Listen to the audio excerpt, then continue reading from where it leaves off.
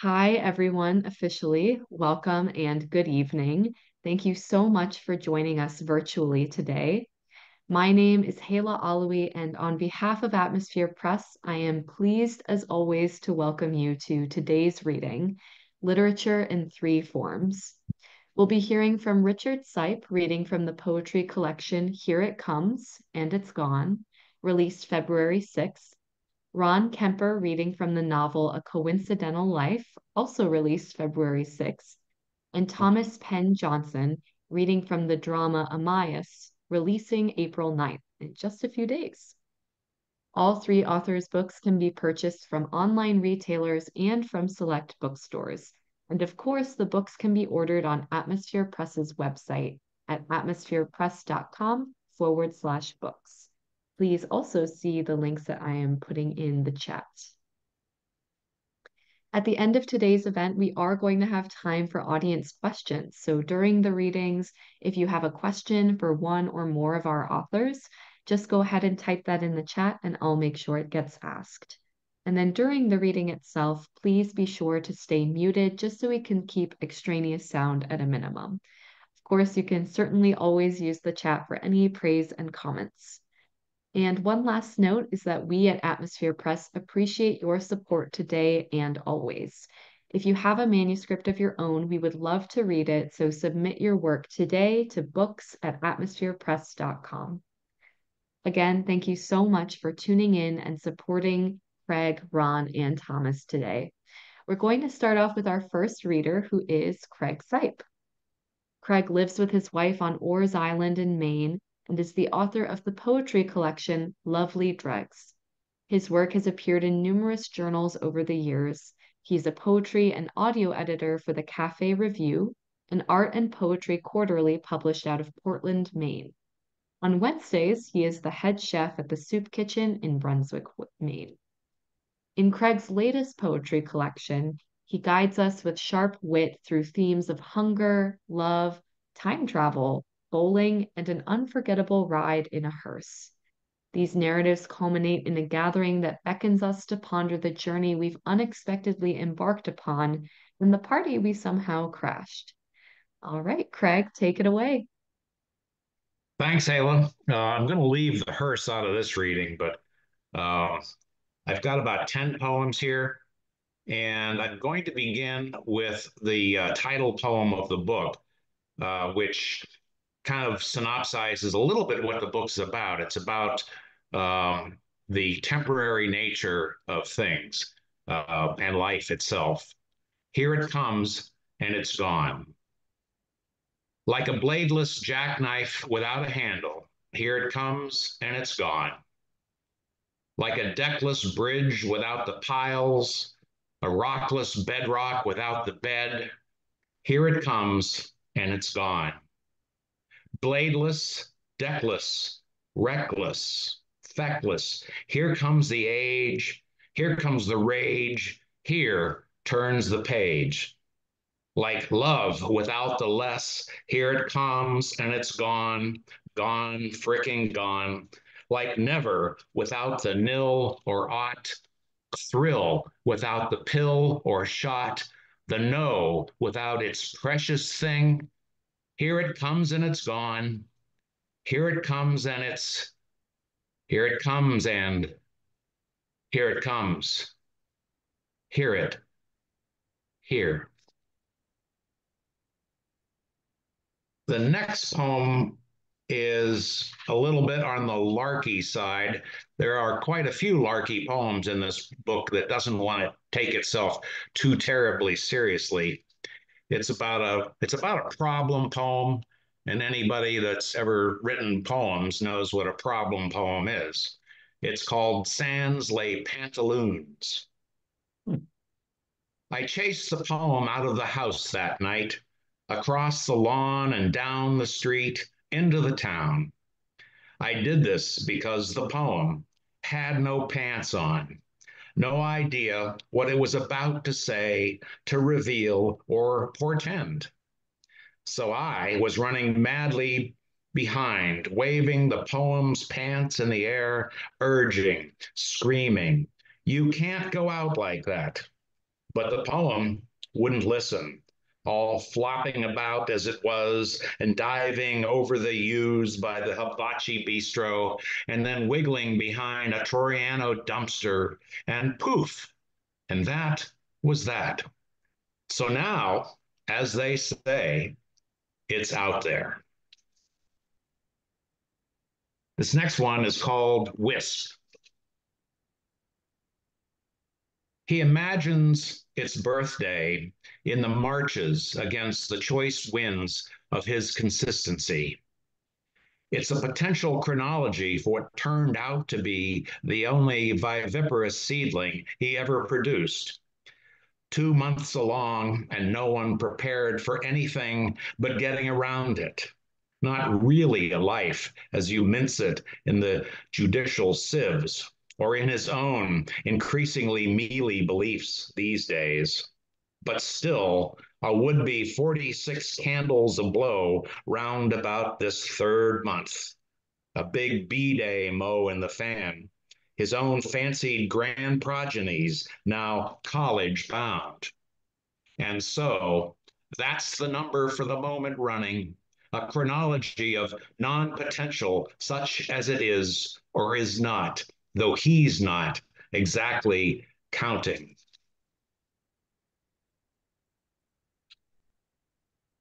This next one is kind of a love poem. It's called Coup. She can't sleep tonight. This happens every now and then to an excellent sleeper who can no longer summon the talent merely by design.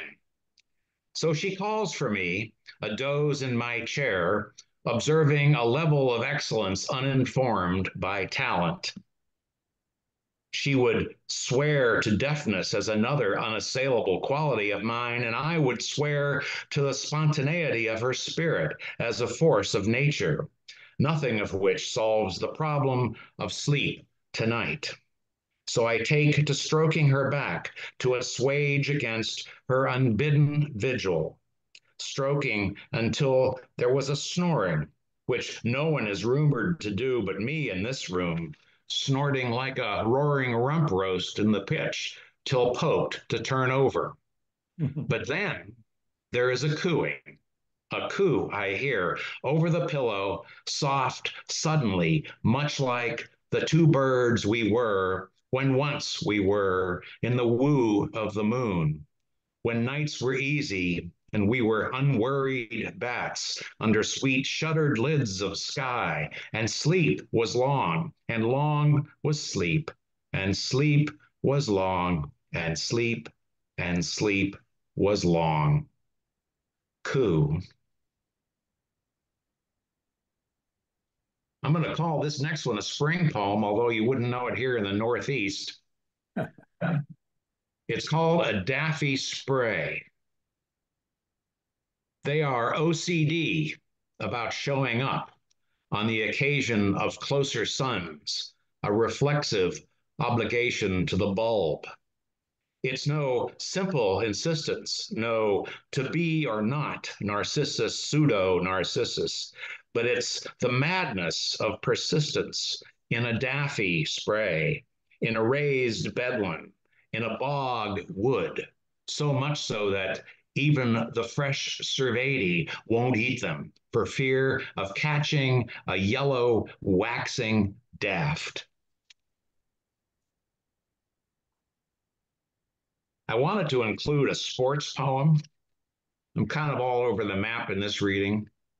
This poem is called Fanatic. Fan is short for fanatic. I had my own street light pole installed in the middle of the backyard.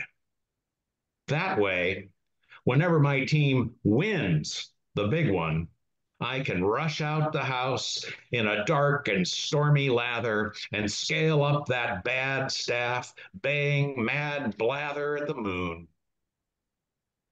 And that way, whenever my team loses the big one, I can rush out the house in a dark and stormy lather and scale up that bad staff, baying mad blather at the moon.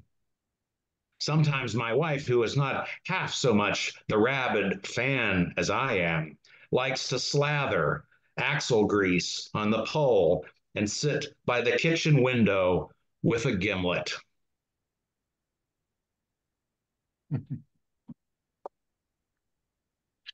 This next poem is another larky one, uh, but it's about a very old tale. It's called Egged On. In the sequel of our tale, that same old, although arguably less wiser, chicken, having scratched out a long and prosperous living on the joke, bucked back across the road to get to the heretofore previous, but now once again inscrutable and forward looming other side.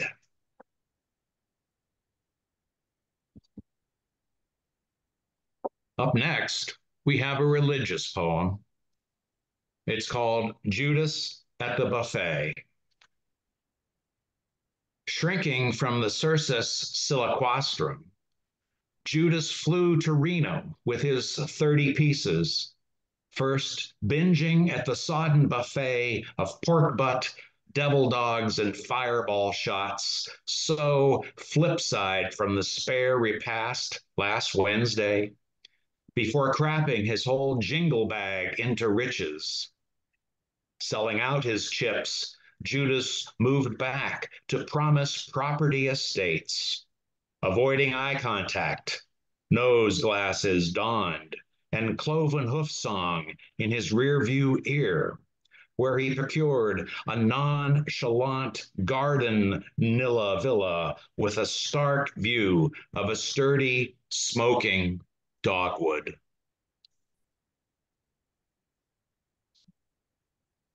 I'm a cat person, for those that know me, and we can't get out of this book without a cat poem.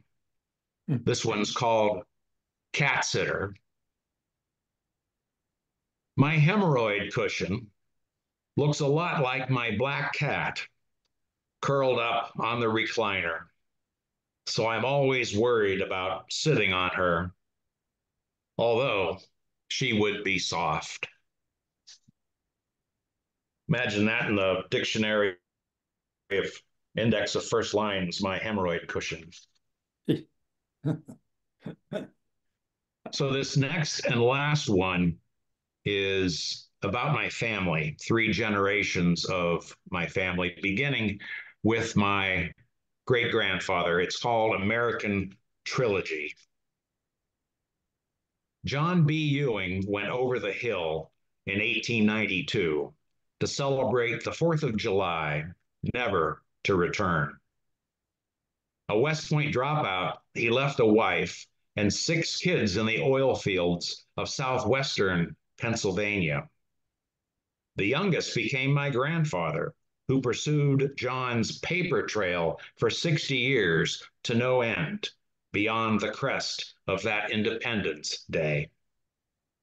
Back then, you could boil up a new conjure of yourself, keep your name, move south, add a new wife in 1901, 7 more kids, and end up proudly deposited in an upright family plot dug in 32, where now Dr. Ewing lies next to Lydia, 22 years his junior, who knew him well, or not so well.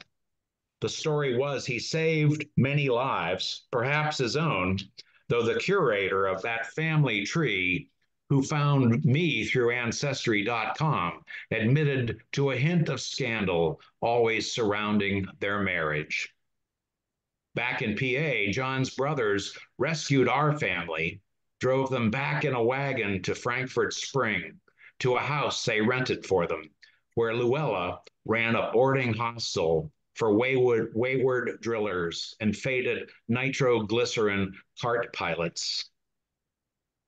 Decades later, my grandfather returned the favor, rescuing my mother, sister, and me from a feckless father, and flew us back to his house in Beaver Falls, where daddy's pics were excised from family record albums like bad B tracks. And then later, some 35 years on the flip side, I met my own father at my sister's bidding. Herv, we called him. And she found him running a flower shop in Boca, remarried and happy as a clam in wine sauce. I wanted to hate Herv, but he made me laugh, like that wayward, debauched slice of myself that I secretly savored.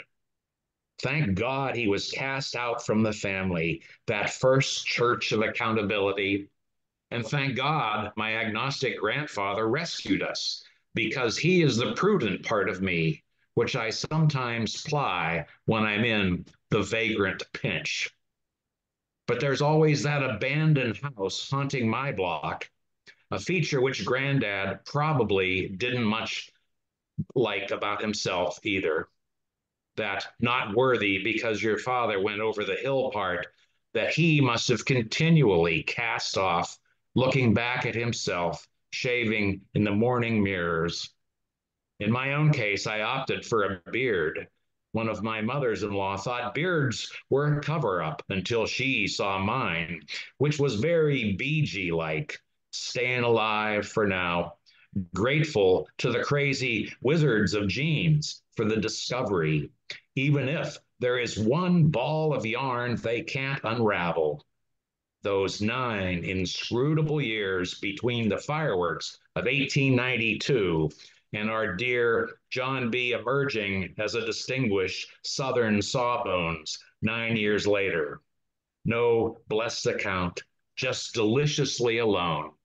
A secret he keeps chilled beneath his chiseled snooze, knowing that sometimes you need the other side of the hill in your life. Thank you very much. Very good. Thank you, Craig. And I just want to say, I feel like there were so many kind of different emotions to think about through that reading, which I always love, especially with poetry, but I know I laughed aloud a couple of times. So thank you so much for sharing that with us. And reading next today is Ron Kemper. Born in Brooklyn, Ron has lived in Berkeley, California for 45 years. He received a BA degree from Brandeis University and a master's degree in English literature from San Francisco State University. He served a 4-year term on the Berkeley Board of Education, and in his final year, he was board president. He then served 19 years on the board of the Berkeley Public Education Foundation. He had a 42-year career in healthcare administration as a writer and editor, director of marketing, community relations, and business development at Kaiser and at Mills Peninsula Medical Center in Burlingame, California. He was a lobbyist in Sacramento for the Kaiser Permanente Medical Care Program. Ron published his first novel, Sink or Swim Brooklyn, in 2020, and A Coincidental Life is his second novel. In this novel, in downtown San Francisco, an unexpected reunion unfurls between two former high school friends, Billy Feeney and Stevie Alpert, who once shared the bustling streets of Brooklyn. Now, separated by an astounding 3,000-mile gap from their familiar roots, fate has orchestrated their chance encounter at a bus stop. And I'll let Ron tell the rest of the story himself. Thank you, Ayla. And thank you, Richard. That was quite a compendium. I enjoyed a lot of that. I should mention that for 8 years now, I've been in a writing group of poets, and I've been the lone outsider writing prose. So I can appreciate good poetry, and you supplied it. So let me just, before I start reading, just mention that this book I wrote, A Coincidental Life, is a little unorthodox. As a matter of fact, since I was in a poetry group, I've written several poems in the book, and then I've had a number of digressions. I had to get some things off my chest because I've had a long life, as you'll note from that bio. And I wanted to talk briefly about things like our education system, where we need a robust civics education course, followed by a mandatory public service. I do talk about our unsystematic healthcare system. And I have a question from my 18-year-old self to my current self. How did you get this way, old man? So that's not part of the narrative. But since Helia brought it up, I think the best way for me to start is at the beginning. And the existential question I'm trying to ask without an answer is, do we control our lives, or are we controlled to a large extent by happenstance, coincidence, synchronicity, serendipity, or forces beyond our understanding? So, the first chapter, A Chance Encounter, November 1966. Stevie Alpert waited for the number 10 bus on the corner of Post and Montgomery Streets in San Francisco's financial district. It was a bright, cloudless day. He raised his face to the sun, shut his eyes, and let the warmth soak in. The only people he knew when he arrived 6 months ago were two college friends who were completing their medical residency at a local hospital. Now San Francisco was beginning to feel like home. Stevie Alpert, a familiar voice interrupted his revelry. Billy Feeney, his hazel blue eyes and ruggedly handsome face creased with a smile, bounded up to him. Billy extended his hand, and Stevie shook it mechanically, stunned. Is it really him? And why is he wearing a long raincoat on such a gorgeous day? How the hell are you? Said Stevie. Great. Quite a coincidence, eh? Billy said it matter-of-factly, as if they had seen each other the other day. Coincidence? Are you kidding me? Less than 1 in a million to meet here at a random bus stop, Stevie said. They stood silent for several seconds, Stevie absorbing the unbelievable that they were meeting here 3,000 miles from Brooklyn. What are you doing in San Francisco? Stevie asked, still trying to adjust to the apparition before him. Living the good life. Been here almost 2 years, Billy said. They shared memories of their high school days, their old haunts, Abe's decrepit pool room, the girls they had dated, the going-away party for Arnie Fenster, who was joining the Marine Corps. 2 number 10 buses went by. As they reminisced, Stevie started to explain how he'd ended up on the other side of the continent when Billy pointed to a shop across the street behind them. I'm heading into that bookstore for some books for law school. Got a minute? Sure. You're in law school. Wow. How? Where? Bolt Hall, Cal Berkeley. I started in August. Congratulations. Stevie shook his head, wondering how. How did Billy, who had been kicked out of Dartmouth, manage to get into law school? Billy headed directly to the bookstore's law section and began perusing books. Snatching a book off the shelf, he slipped it inside his raincoat that was lined with pockets. So that explains the raincoat on such a warm day. Hell of a way to start law school, Stevie said, half amused, half disbelieving. I've been to this shop a couple of times. I know the layout. No one here ever checks on you. It's not like Brooklyn. Everyone here is trusting. I know what you're thinking, but what's a starving student to do? He said with a plaintive grin, these books are fucking expensive. And you're in law school, for Christ's sake, Stevie said, shaking his head. So how did you manage to get into it? I scored hard on the entrance test, the LSATs. LSAT, Billy said. And that was enough to get you in? In part, yeah. Billy hesitated, looked away for a second or two, and then continued reluctantly. The school also has a unique program called the Second Chance Program. For people who didn't finish college? Stevie asked. Actually, for people who screwed up royally. They're willing to take a second chance on a few of us. Screwed up how? Ex-felons specifically. I did 17 months in San Quentin for robbing the Bank of America. I'll tell you about it some other time. Stunned again by his friend's matter-of-fact admission, Stevie could only blurt out, Bank of America, that's my bank. Then at the end, I'll move right to the end of the chapter. Stevie was frustrated, even flabbergasted by Billy's glib explanation of how he got into law school after serving a prison term. But any attempt to draw him out might cause more frustration. Stevie knew from his high school days that when confronted, Billy often lapsed into a mode that Stevie had dubbed Mysterious Billy. As another bus pulled up, Stevie remembered the first time they had met, which, come to think of it, was another unlikely coincidence. I'll read an excerpt from one other section that happens about 2/3 of the way into the book, and it's called The Six-Day War, June 1967. On June 5th, Stevie awoke and groggily turned on the radio to catch the 7 a.m. news. An authoritative voice said, war has broken out between Israel and 7 neighboring Arab states. We'll provide you with more details as they come in. Now Stevie was fully awake.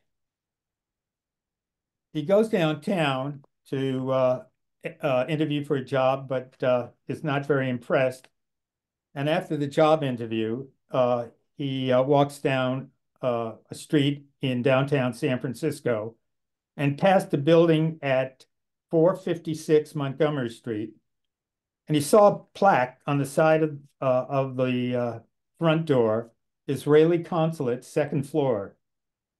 He walked another half block before stopping. What are the chances I passed the Israeli consulate today of all days?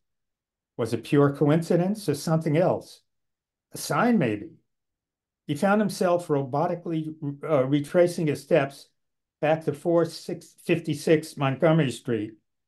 He stared at the plaque again and then walked through the front door. Would I really volunteer to fight for Israel? Why would I? I'm against war. But I've trained as a soldier in the National Guard, although not a very good one. I'm a Jew, although that hasn't meant much, maybe until now.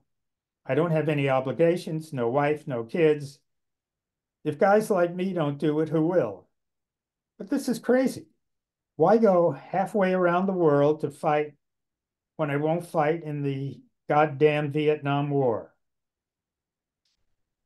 I'll just go to the end.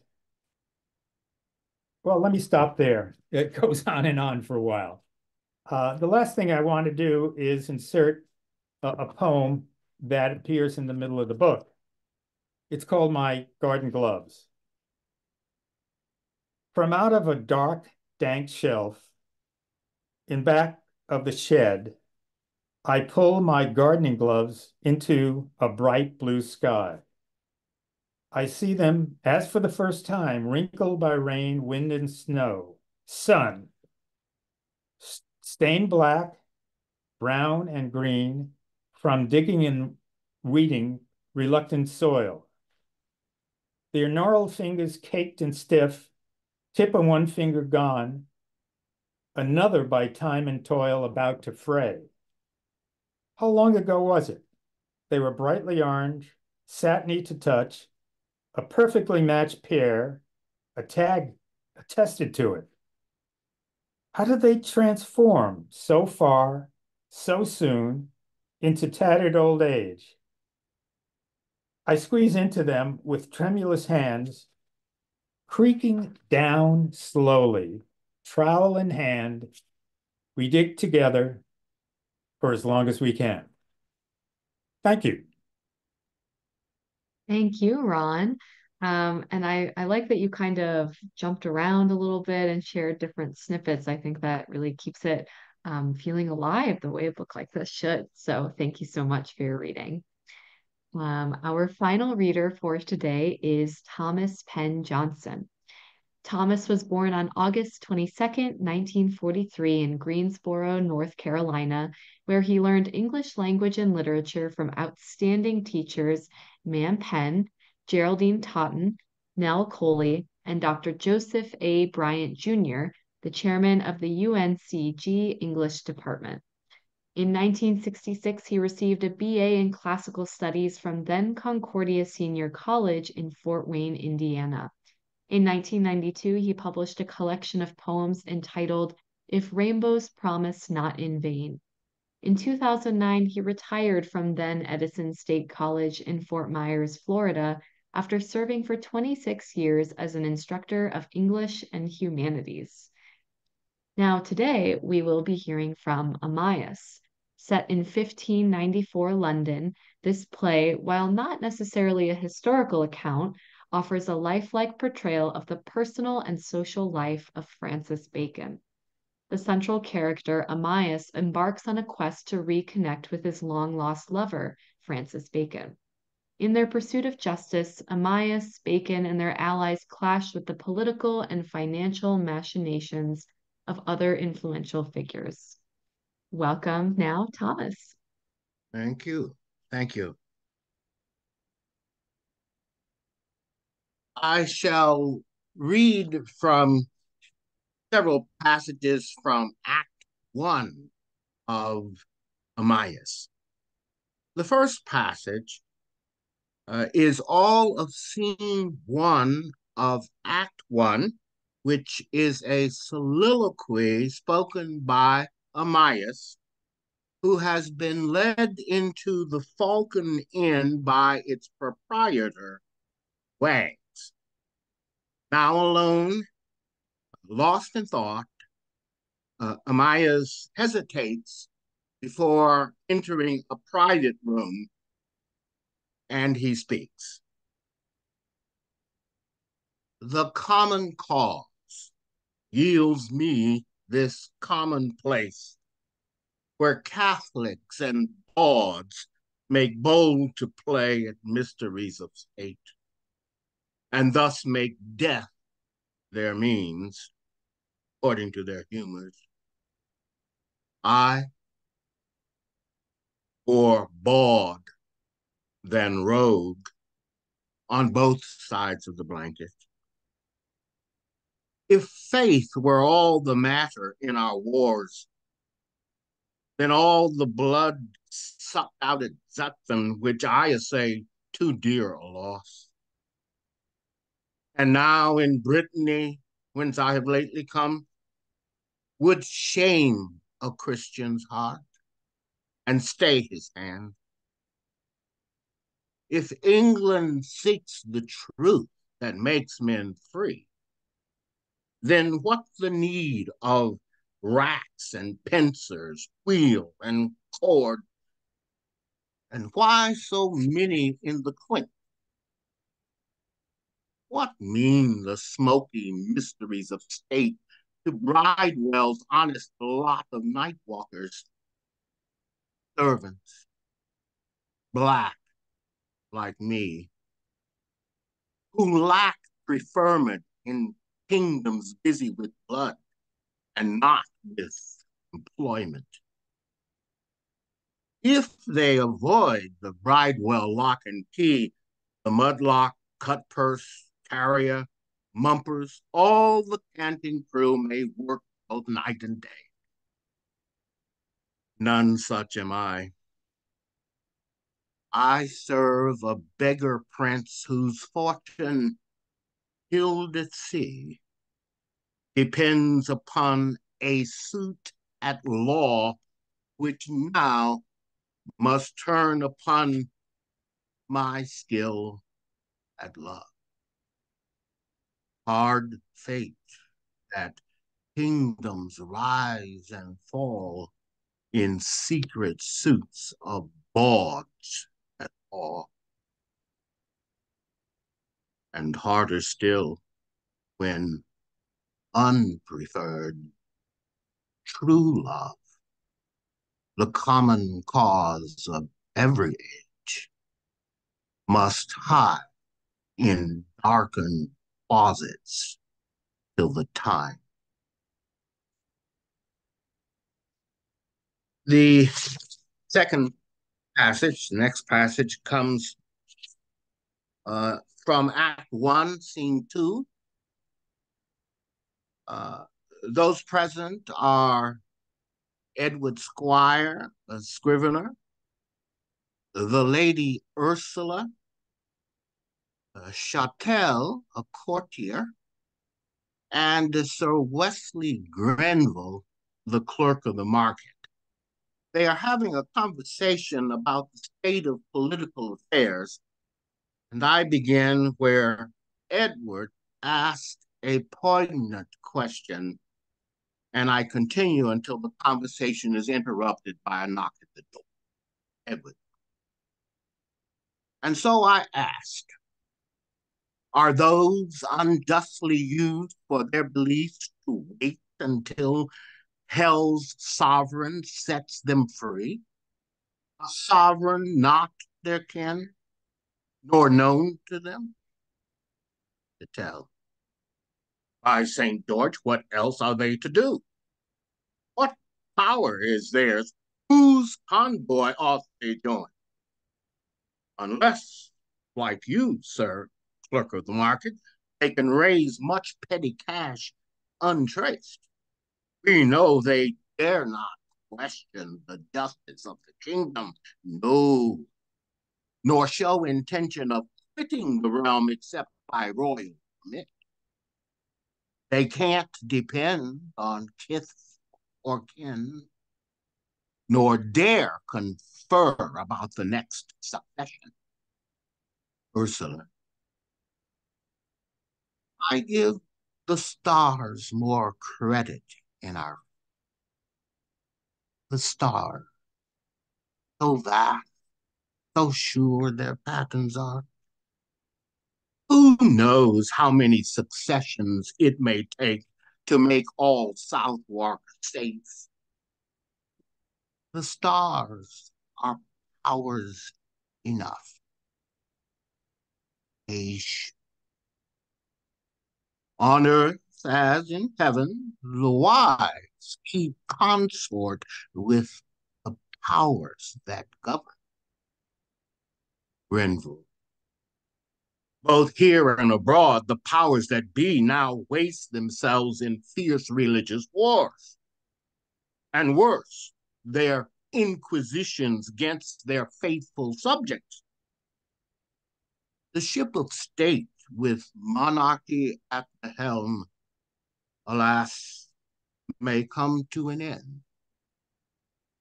And I, alas, a Grenville like my brother, love the crown above all other love. O Southwark friends, I take you into dearest confidence. We come to Southwark to be safe. Outcasts, wanderers, night stalkers, Catholics, queers, and me, who neither this nor that, but Lutheran am, a lowly Lutheran, justified. What pains me most in these affairs, because I love her majesties, is that by tricks and subterfuge, the outcasts hide in safety here, while she who sits upon the English throne is daily made unsafe by hirelings who would murder. I see no end to troubles in the realm if queen and subject deny their liberty. Edward, a change of course must come to pass. A change that waiting will not fetch. The lady's right. The queen must die, as surely will we all. You, Sir Wesley, right you are as well. Some bloody day, the kings and queens will all depart. and there will be no.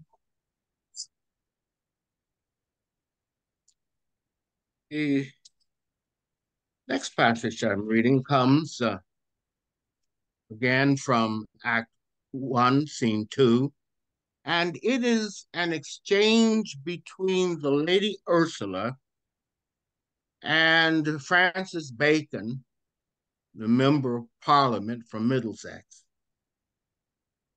They are having a conversation about the relationship between Solicitor Edward Cook and Member of Parliament Francis Bacon. Ursula speaks. Methinks there's more to this than meets the eye between the bacon and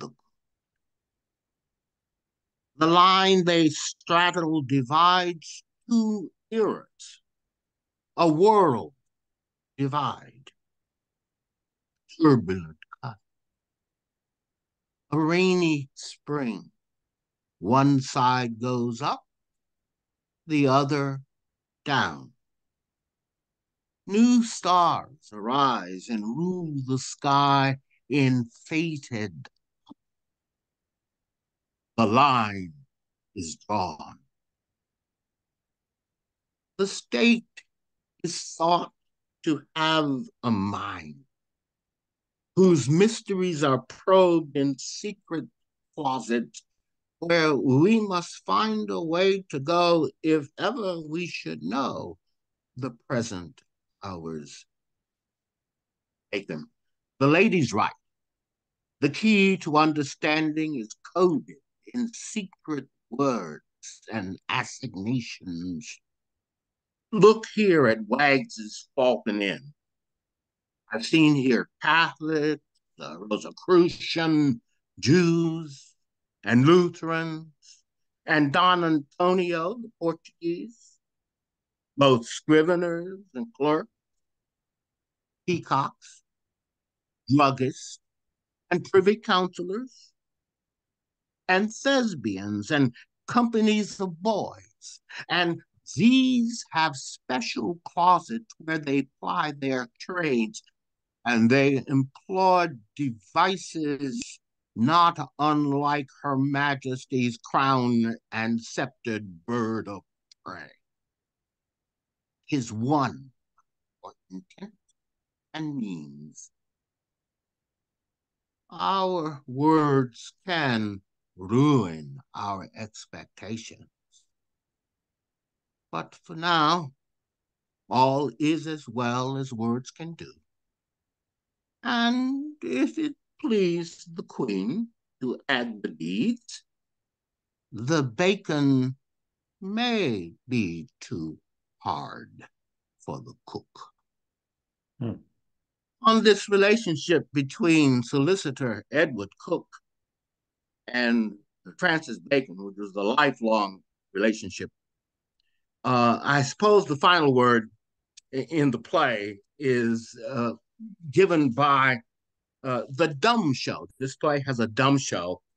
I've always been fascinated with dumb shows. I think the first one I discovered was in the play by John Lilly called Endymion. And there's a dumb show that is presented here by a company of boys that come in with Waterford, their master. And Waterford has his boys present this dumb show, this pantomime to those present. And at the conclusion of the pantomime, which is about the Edward Cook, Francis Bacon relation, Waterford concludes with these words. And so 'tis proved, the bacon is too hard for the. Take heed, at Falcon Inn our plays approved. But boys who play to please Sir John will praise the cook who molds the pig and ruins the show. Chattel and Matthew, come, we go, for death on me. This day is much too long. Good night to all. Thank you for you. Thank you, Thomas. And thank you for presenting that to us in even though, this is a drama, it's still a way that it really felt like it came alive as you were bringing this to us, even just yourself. So, thank you very much. At this time, we do have about 10 minutes for our audience Q&A. So if anyone has a question for one or more of our authors, go ahead and type it in the chat and I'll make sure it gets asked. I do want to start with a question that we got for all three authors. So this question is, what were the inspirations for you to write your books? And I'm thinking we can go in reading order. So Craig, do you want to start us off with this one? Well, this has been but the theme of my book has been a running theme through a lot of my writing. And as I reviewed a lot of stuff, but for example, the title poem of the book is 12 years old. And there's other things in the book that are a lot more recent. So as I reviewed what I was doing, there seemed to be a lot of poems over the years that wanted to hang out together. So, and that theme, about the temporary nature of things was something that held it all together. And it seemed to be something that I cared about. And so I wanted to put it out there. Yeah, definitely. I think once it really feels like a coalesced project, it's really just it's time. So moving to Ron, how about you? What were the inspirations for you to write A Coincidental Life, especially after, hearing your bio and there's a very similar 3,000-mile move there, but what were you thinking about? Well, I mentioned at the beginning that I was part of a poetry group, and I would do my scribbling, and they would be snatches of this, that, and the other thing. The actual uh, trigger was my wife's death 6 years ago, and writing became both my sanctuary and my way of coping with grief. And I put together the first book in about 2 years. And then the second time around, I wanted to have an umbilical cord between the first book, where Stevie Alpert is the main character, and Stevie rolls into the second book, but the main character for me was his friend Billy Feeney. And that went more coherently. I was more able to concentrate, and it felt better the second time I was writing. Um, but it's still a place where I can go and get away from the terrible turmoil that we're in our lifetimes. Yeah, I mean, I think also it's kind of speaking to this idea of rewrites or revisiting something from a different angle, which I think is a very underrated technique to approach writing. So, um, very interested to hear about that. Thomas, wrapping us up with this question, what were your inspirations to write Amias? Well, I fell in love with drama in high school. I had an outstanding dramatics teacher, Barbara Wells, at a high school in Borough. For 3 years, I was in plays under her direction. It was just the seminal event in my life. So I was in love with drama. And then I went to graduate school. And the first course I took was a course in Elizabethan and Jacobean drama from Dr. Joseph Bryan, who was chairman of the English department at UNCG. And that course just opened me up to Elizabethan drama, and I fell in love with it. And I read it all and loved it all, and just over my lifetime, just continued to love it. And you can't be in love with the Elizabethan era or the Jacobean era without bumping into Francis Bacon. And he was Lord Chancellor under King James the 1st. But back in and he wrote so much in philosophy. I first fell in love with him as a philosopher. I became interested in his political career and in his writings, his philosophical career. So that kindled my interest there. And so I guess it all came together when I did. I'm not really a playwright. I guess I am now. I was a poet who wrote a play. I was a poet who wrote some stories, but I never really, and I've only written one play, and I think it will be the only play I'll ever write. But because I love the period, I love the characters, and the deeper I went into the characters and the period, well, the end result is Amias. Very Wow, good. I love that idea. I'm a poet that wrote a play. I think you can get a sense for that in the language of the text itself. So, um, The play is in blank verse, I should say, if mm, you didn't notice. hmm. We have a question now for Craig. This person says, how do you know which poems to actually put together into a collection? Or how do you know when the collection is done?